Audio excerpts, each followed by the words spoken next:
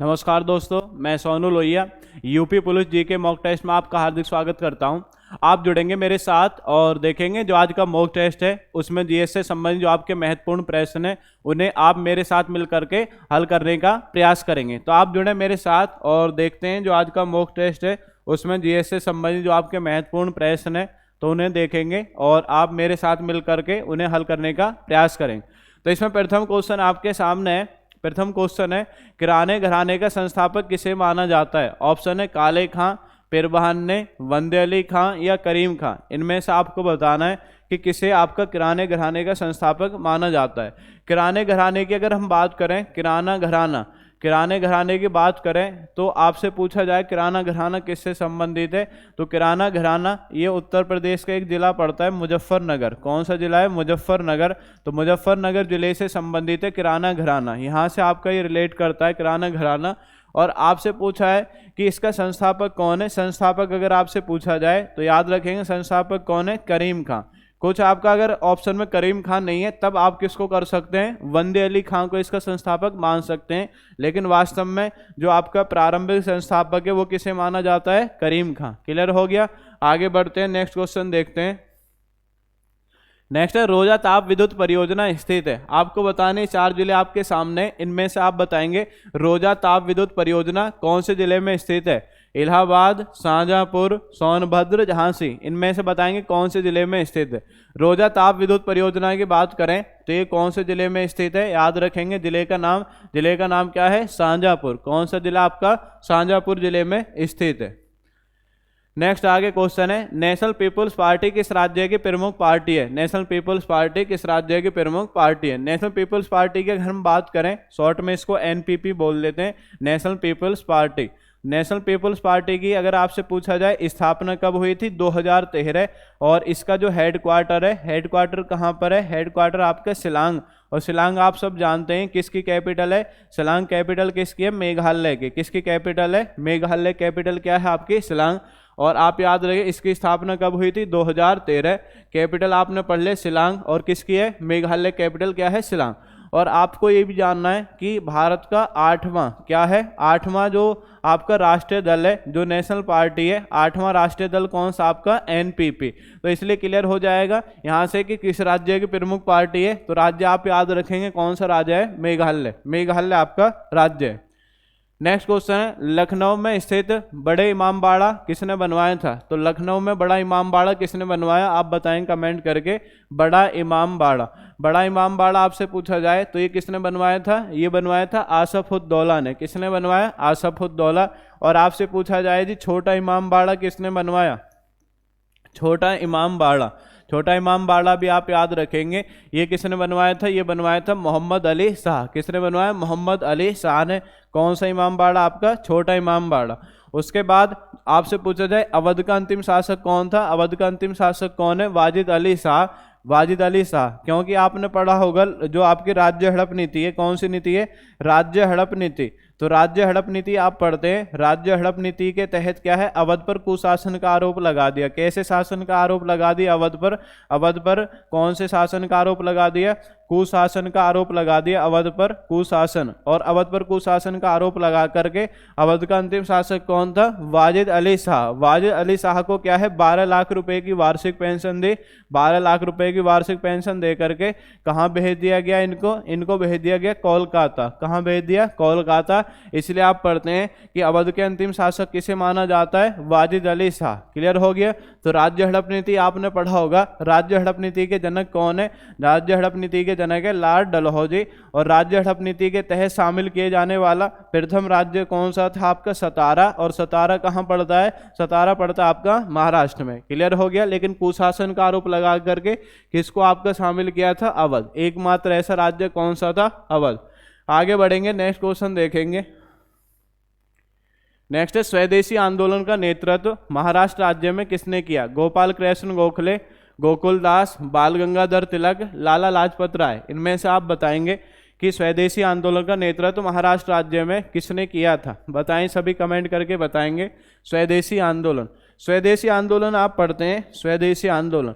तो जो आपका बंगाल विभाजन हुआ, कौन सा विभाजन हुआ? बंगाल विभाजन। बंगाल विभाजन आपका हुआ, और बंगाल विभाजन आपसे पूछा जाएगा, बंगाल विभाजन आपका कब किया गया? बंगाल विभाजन आप याद रखेंगे, इसमें 2 क्वेश्चन याद रखें बंगाल विभाजन में। बंगाल विभाजन, तो बंगाल विभाजन की अगर आपसे पूछ रहा है कि घोषणा कब की गई, दोनों डेट अलग अलग है। घोषणा अगर आपसे पूछा जाए, घोषणा हुई थी 19 जुलाई 1905, 19 जुलाई 1905 में घोषणा हुई। जबकि आपसे पूछा जाए प्रभावी कब हुआ, प्रभावी आप याद रखेंगे 16 अक्टूबर 1905 को आपका प्रभावी हुआ। बंगाल विभाजन के समय आपसे पूछा जाए भारत का वायसराय कौन था, वायसराय कौन सा? Lord Curzon. कौन था वायसराय? वायसराय का नाम भी आप याद रखेंगे, लॉर्ड कर्जन। और आपसे पूछा जाए बंगाल का गवर्नर कौन था, क्या था जी? बंगाल का गवर्नर। बंगाल का गवर्नर भी आप याद रखेंगे, कौन था बंगाल का गवर्नर? बंगाल का गवर्नर याद रखेंगे, कौन था बंगाल गवर्नर? तो उसका नाम क्या था? Lord Risley. ये याद रखेंगे। बंगाल का पूछा जाए केवल बंगाल का, लॉर्ड रिजले। और पूरे भारत का पूछे तो कौन है वायसराय? Lord Curzon. अब जो बंगाल विभाजन की घोषणा हुई 19 जुलाई 1905 को, इसी के विरोध में क्या है? बंगाल विभाजन के विरोध में एक आंदोलन शुरू हुआ, और इस आंदोलन का नाम क्या है? इस आंदोलन का नाम क्या है? स्वदेशी आंदोलन।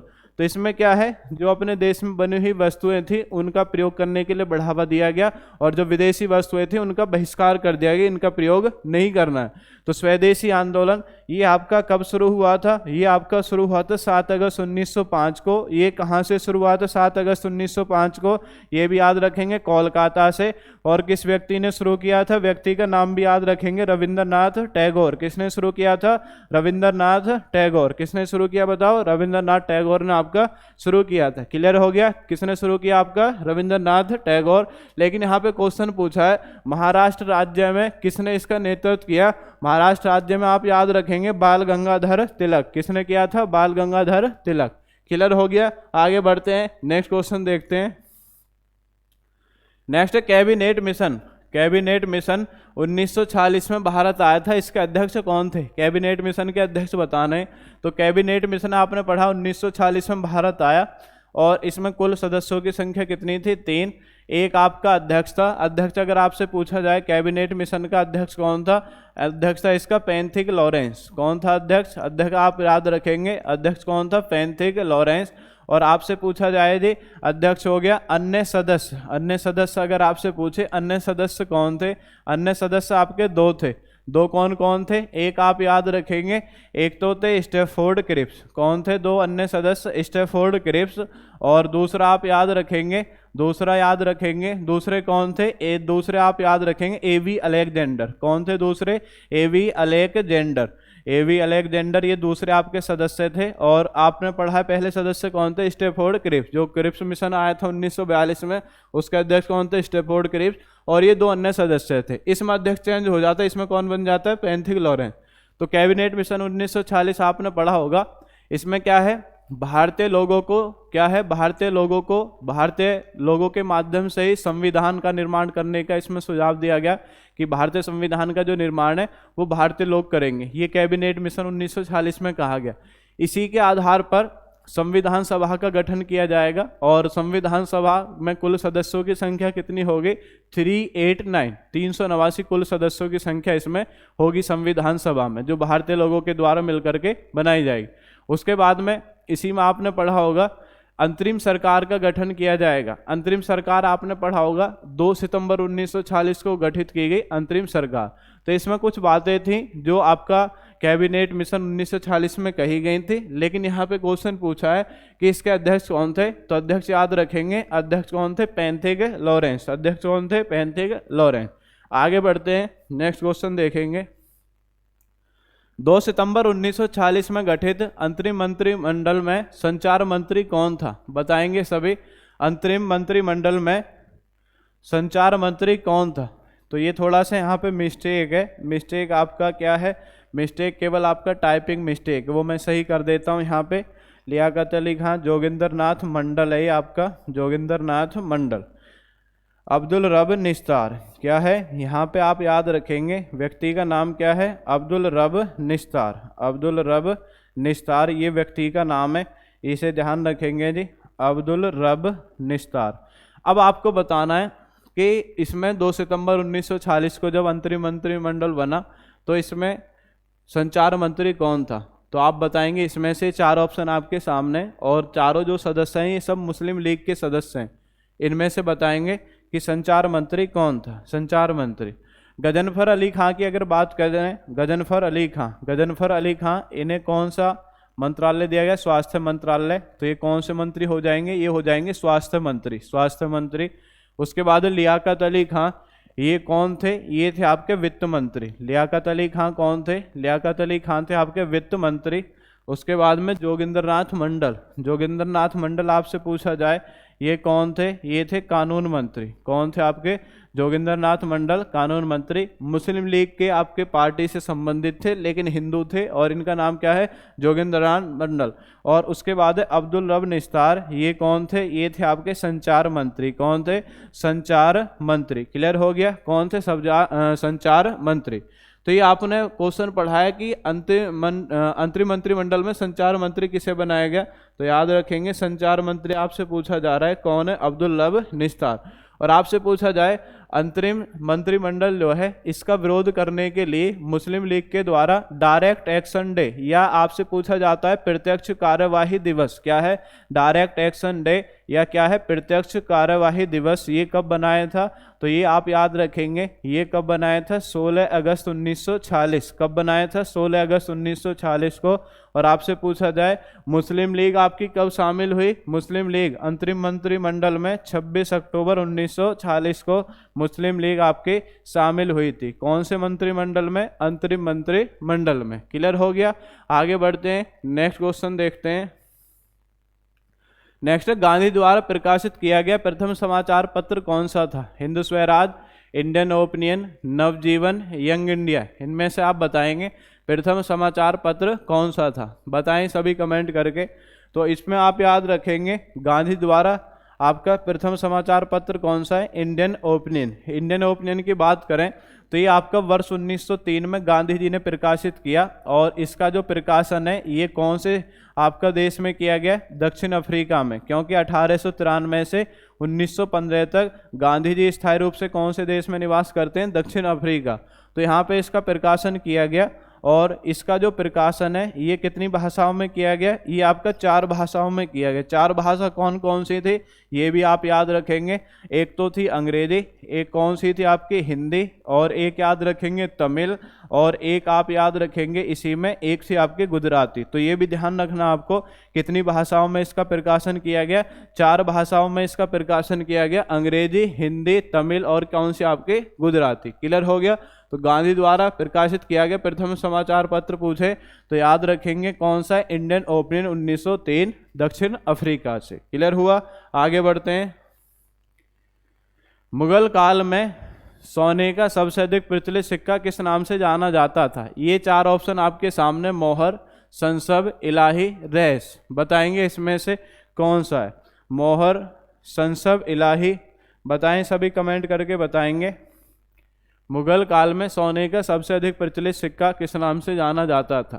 तो मुगल काल में आपसे पूछा जाए मुगल काल में सबसे अधिक सोने का जो प्रचलित सिक्का है उसे हम किस नाम से जानते थे? मोहर के नाम से जानते थे।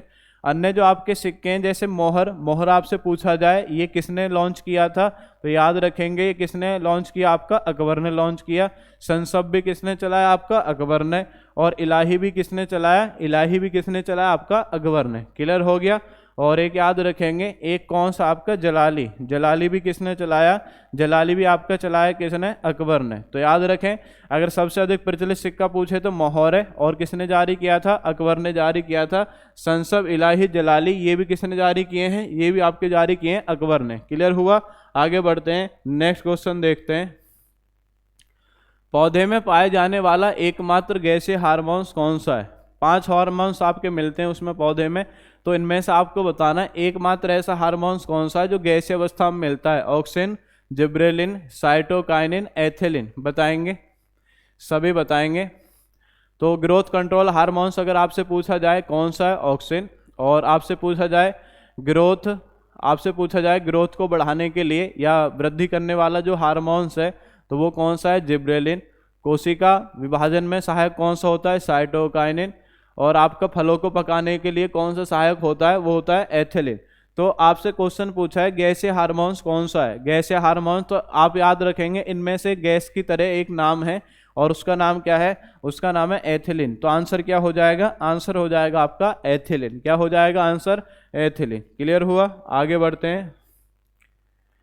नेक्स्ट है पिंक गोल्ड में कॉपर कितने प्रतिशत होता है। पिंक गोल्ड आपको बताना है इसमें कॉपर कितने प्रतिशत होता है, 50%, 25%, 20%, 5%। पिंक गोल्ड में कॉपर कितने प्रतिशत होता है, बताएंगे सभी कमेंट करके बताएं। पिंक गोल्ड, पिंक गोल्ड में अगर हम अनुपात की बात करें, अनुपात इसमें बात करेंगे, जैसे एक तो हो गया गोल्ड, गोल्ड के बाद में आपका क्या हो गया, एक हो गया आपका कॉपर, क्या हो गया आपका कॉपर हो गया, और एक क्या हो गया, एक हो गया आपका सिल्वर। ये तीन आपके अनुपात रहते हैं इसमें पिंक गोल्ड में, गोल्ड, कॉपर और कौन आपका सिल्वर।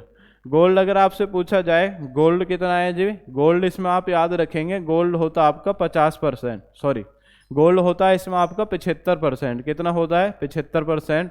उसके बाद में आप याद रखेंगे कॉपर कितना होता है, कॉपर होता है यानी तांबा कितना परसेंट है, 20%। और उसके बाद आप याद रखेंगे चांदी कितना होता है, चांदी होता है आपका 5%। आपसे पूछे गोल्ड कितना 75, कॉपर कितना है 20 और सिल्वर आपसे पूछे कितना है 5, सिल्वर कितना है 5। क्लियर हो गया। तो पिंक गोल्ड में कॉपर कितने प्रतिशत होता है, कॉपर पूछे तो आंसर क्या हो जाएगा, आंसर हो जाएगा आपका 20%। कितने परसेंट आपका 20%। आगे बढ़ते हैं, नेक्स्ट क्वेश्चन देखते हैं।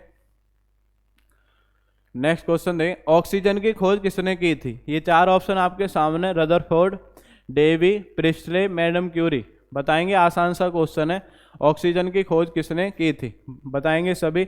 ऑक्सीजन की खोज अगर आपसे पूछा जा रहा है तो इसे याद रखेंगे किसने की थी, प्रिस्टले के द्वारा ऑक्सीजन की खोज की गई थी। आपसे पूछे नाइट्रोजन की किसने की है, रदरफोर्ड ने। सोडियम की पूछे किसने की है, डेवी ने। क्लियर हो गया। रेडियो सक्रियता की आपने पढ़ा होगा, हेनरी बेकुरल और कौन है, मैडम क्यूरी। लेकिन क्वेश्चन पूछा ऑक्सीजन की खोज किसने की थी, आंसर हो जाएगा प्रिस्टले।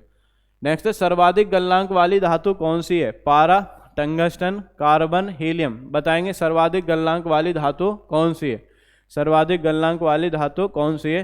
तो याद रखेंगे सर्वाधिक गलनांक वाली धातु पूछा जाए तो आंसर याद रखना है कौन सा है, टंगस्टन। और आपसे पूछा जाएगा द्रव धातु, क्या है आपका, द्रव धातु। द्रव धातु अगर आपसे पूछे, द्रव धातु आप याद रखेंगे, द्रव धातु किसे कहा जाता है, द्रव धातु होती है आपकी पारा। और सर्वाधिक गलनांक वाली पूछे तो कौन सी होती है आपके, टंगस्टन। क्लियर हुआ, आगे बढ़ते हैं, नेक्स्ट क्वेश्चन देखते हैं। नेक्स्ट है चेरनोबिल परमाणु हादसा यूक्रेन में किस वर्ष घटित हुआ था। लाखों लोग इसमें आपके मारे गए चेरनोबिल परमाणु हादसे में, लेकिन आपको बताना है किस वर्ष घटित हुआ, 1983, 1984, 1986, 1988। चेरनोबिल परमाणु हादसा, चेरनोबिल परमाणु हादसा किस वर्ष आपका घटित हुआ था, बताएंगे सभी कमेंट करके बताएंगे चेरनोबिल परमाणु हादसा किस वर्ष घटित हुआ था, बताएं। तो चेरनोबिल परमाणु हादसा तो आपका पर्यावरण से संबंधित एक महत्वपूर्ण घटना मानी जाती है और ये किस वर्ष घटित हुआ था, 1986। किस वर्ष आपका, 1986 में आपका घटित हुआ था। नेक्स्ट है एथलीट फुट बीमारी किस कवक के कारण होती है। ये कवक से होने वाले आपके रोग हैं। अब इनमें से आपको बताना, एथलीट फुट जैसे आपके पैर होते हैं, तो पैर क्या है, पैरों के बीच में जो आपकी उंगली होती है तो उसमें क्या है, इस तरीके से यहाँ से जो आपकी स्किन है वो गलना स्टार्ट हो जाती है, तो उसे क्या बोलते हैं, उसे बोलते हैं एथलीट फुट। एथलीट फुट बीमारी किस कवक के कारण होती है, तो कवक से होने वाले आपके सभी जो कवक है इनसे होने वाले रोग, जैसे टीनिया कैपिटिस आपसे पूछा जाए, टीनिया कैपिटिस तो आपने पढ़ा होगा। गंजापन, गंजापन जो रोग है वो किस कवक के कारण होता है, टीनिया कैपिटिस। कैप कहाँ लगाते हैं, सिर के ऊपर, तो आपको याद रखना है कैप सिर के ऊपर लगाते हैं, तो ये आपका याद रखना है। तो गंजापन जो आपका रोग है, गंजापन, ये हो जाएगा आपका टीनिया कैपिटिस। क्लियर हो गया। नेक्स्ट टीनिया पेडिस, पैर से बन जाएगा पैर, तो क्या बन जाए, एथलीट फुट। पैर से क्या बन गया, पैर, टीनिया पेडिस। तो टीनिया पेडिस अगर आपसे पूछे तो याद रखें एथलीट फुट जो बीमारी है वो किसके कारण होती है, वो होती है आपकी टीनिया पेडिस के कारण। किसके कारण होती है, टीनिया पेडिस के कारण आपकी कौन सी बीमारी होती है, athlete foot. Next trichophyton, trichophyton अगर आपसे पूछ रहा है, जो दाद है, दाद जो होता है, दाद वो किसके कारण होता है, ट्राइकोफाइटन कवक के कारण होता है आपका दाद। उसके बाद कौन है, एकेरिस स्केबीज। एकेरिस स्केबीज अगर आपसे पूछा जाए ये किसके कारण होता है, इसके कारण क्या होता है, तो याद रखें खुजली। खुजली किसके कारण होती है, एकेरिस स्केबीज।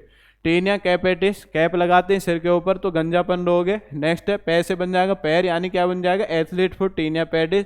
ट्राइकोफाइटन आप याद रखेंगे दाद, और एक्रेस इसके भी याद रखेंगे क्या है खुजली। क्लियर हो गया जी। आगे बढ़ते हैं, नेक्स्ट क्वेश्चन देखेंगे। नेक्स्ट क्वेश्चन आपका क्या है?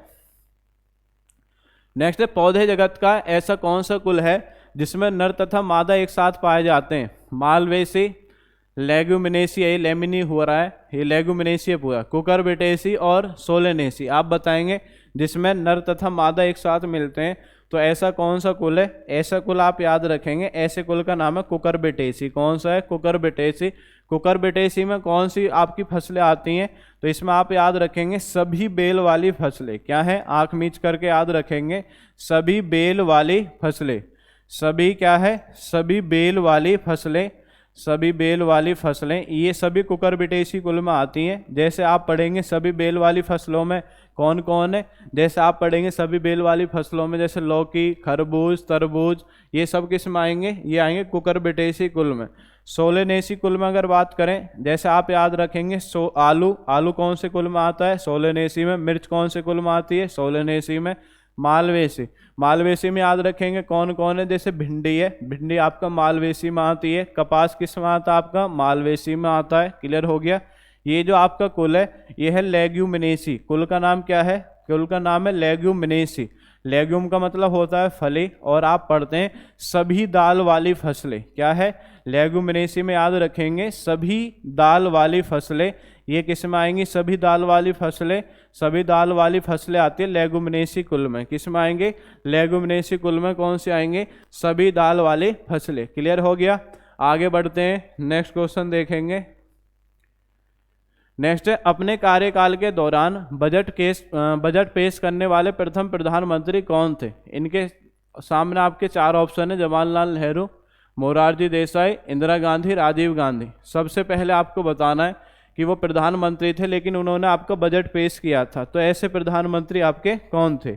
सबसे पहले प्रधानमंत्री जिन्होंने बजट पेश किया तो आप याद रखेंगे जवाहरलाल नेहरू। ऐसे तीन ही प्रधानमंत्री हुए हैं जिन्होंने प्रधानमंत्री पद पर रहकर बजट पेश किया है। एक आपके कौन है? एक जवाहरलाल नेहरू है, एक याद रखेंगे इंदिरा गांधी है, और एक कौन है आपका? राजीव गांधी, जिन्होंने आपका पद पर रहते हुए बजट पेश किया था। क्लियर हो गया।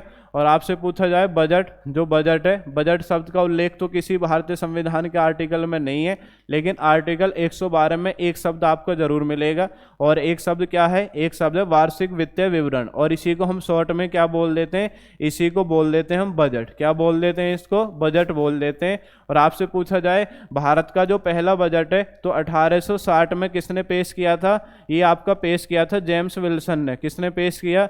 जेम्स विल्सन ने 1860 में पेश किया। स्वतंत्र भारत का अगर आपसे पूछा जाए, स्वतंत्र भारत का पहला जो बजट है ये किसने पेश किया था? ये आप याद रखेंगे षणमुखम शेट्टी। किसने पेश किया था? षणमुखम शेट्टी ने स्वतंत्र भारत का पहला बजट पेश किया। और आपसे पूछा जी गणतंत्र भारत का, गणतंत्र भारत यानी 1950 में गणतंत्र भारत का अगर आपसे पूछा जाए किसने पेश किया था, तो इसका नाम याद रखेंगे जॉन मथाई। किसने पेश किया आपका? जॉन मथाई ने पेश किया। और आपसे पूछा जाए सर्वाधिक बार किस व्यक्ति ने पेश किया है? सर्वाधिक बार पूछा है आपका मोरारजी देसाई, और मोरारजी देसाई ने कितनी बार आपका पेश कर दिया है? 10 बार। तो ये भी आप याद रखेंगे, जो क्वेश्चन है बजट से संबंधित क्वेश्चन है, सर्वाधिक बार याद रखना है। मोरारजी देसाई कितनी बार आपका? 10 बार। क्लियर हो गया। आगे बढ़ते हैं, नेक्स्ट क्वेश्चन देखते हैं। संगीत के क्षेत्र में दिए जाने वाला सर्वोच्च पुरस्कार कौन सा है? ऑस्कर, पुलित्जर, आईफा या ग्रैमी? आप बताएंगे जी कौन सा आपका पुरस्कार है जो संगीत के क्षेत्र में सर्वोच्च पुरस्कार माना जाता है? ऑस्कर, पुलित्जर, आईफा या ग्रैमी? बताएंगे सभी, कमेंट करके बताएं। संगीत के क्षेत्र में, तो संगीत के क्षेत्र में दिए जाने वाला सर्वोच्च पुरस्कार कौन सा है? चार ऑप्शन आपके सामने, इन्हीं में से आपको बताना है कि सर्वोच्च पुरस्कार आपका कौन सा है। बताएंगे सभी कमेंट करके। तो सर्वोच्च पुरस्कार आपका कौन सा है? ग्रैमी। ग्रैमी सर्वोच्च पुरस्कार है संगीत के क्षेत्र में। और इसकी जो शुरुआत है ये किस वर्ष की गई थी? 1959 में इसकी शुरुआत की गई।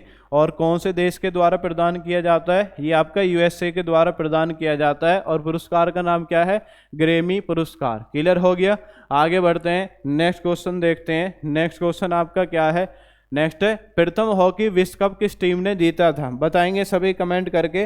प्रथम हॉकी विश्व कप किस टीम ने जीता था, बताएं सभी कमेंट करके। प्रथम हॉकी विश्व कप, प्रथम हॉकी विश्व कप अगर आपसे पूछा जाए, इसका जो आयोजन है, आयोजन आपका कहाँ पे हुआ था, इसका आयोजन हुआ था स्पेन देश में। कौन से देश में हुआ, स्पेन देश में। और प्रथम हॉकी विश्व कप का आयोजन ये किस वर्ष किया गया, ये किया गया था आपका 1971, स्पेन देश में आयोजन हुआ। अब जो आपका फाइनल में दो टीमों ने प्रतिभाग किया, एक तरफ आपका पाकिस्तान है और एक तरफ कौन था, स्पेन। तो आप याद रखेंगे पाकिस्तान ने किसको पराजित कर दिया, स्पेन को पराजित कर दिया फाइनल में। तो आपको याद रखना है प्रथम हॉकी विश्व कप 1971 में आपका आयोजित हुआ। कहाँ पे आयोजित हुआ, स्पेन में, और पाकिस्तान ने जीता। तो आंसर क्या हो जाएगा, पाकिस्तान। भारत ने हॉकी वर्ल्ड कप अभी तक कितनी बार जीता, केवल एक बार जीता है। वो भी कब जीता था, वो जीता था 1975 में। तो आप याद रखेंगे भारत ने कितनी बार जीता है, एक बार, और कब जीता था, 1975 में। क्लियर हो गया। और अभी आपने पढ़ा होगा 2023 में हॉकी वर्ल्ड कप का आयोजन किया गया। हॉकी वर्ल्ड कप का आयोजन भारत के दो शहर हैं, आपके ने पढ़े होंगे, एक भुवनेश्वर है और एक कौन सा है, एक आपने पढ़ा होगा राउरकेला। ये उड़ीसा में दोनों स्थान पड़ते हैं, भुवनेश्वर और राउरकेला। ये दोनों कहाँ पर है, उड़ीसा राज्य में स्थित है। तो यहाँ पे इसका आयोजन किया गया 2023 में। और आपने पढ़ा होगा ये कौन सी टीम ने जीता है, ये टीम ने आपका जीता है जर्मनी ने। कौन सी ने जीता आपका, अगर आपसे पूछा जाए हॉकी वर्ल्ड कप 2023, तो ये किसने जीता, आपका जर्मनी ने। क्लियर हो गया। 2023 हॉकी वर्ल्ड कप, तो ये किसने जीता, आपका जर्मनी। क्लियर हुआ। आगे बढ़ते हैं, नेक्स्ट क्वेश्चन देखते हैं। लास्ट क्वेश्चन है, और मॉक टेस्ट अगर आपको अच्छा लगा हो तो एक बार आप चैनल को लाइक करेंगे, सब्सक्राइब करेंगे सभी जी। लास्ट क्वेश्चन है, वरुण सैन्य अभ्यास किन दो देशों के बीच होता है। देश आपके सामने, भारत व यूक्रेन, भारत व फ्रांस, भारत व ब्रिटेन, भारत व स्पेन। बताएंगे। लास्ट क्वेश्चन आपके आज के मॉक टेस्ट का लास्ट क्वेश्चन है, वरुण सैन्य अभ्यास। तो वरुण सैन्य अभ्यास आपसे पूछा जा रहा है, वरुण सैन्य अभ्यास। वरुण दो देशों के बीच होता है, एक का नाम क्या है, भारत, और दूसरे का नाम क्या है, फ्रांस। तो भारत व फ्रांस देश के बीच कौन सा सैन्य अभ्यास होता है, वरुण सैन्य अभ्यास। क्लियर हो गया।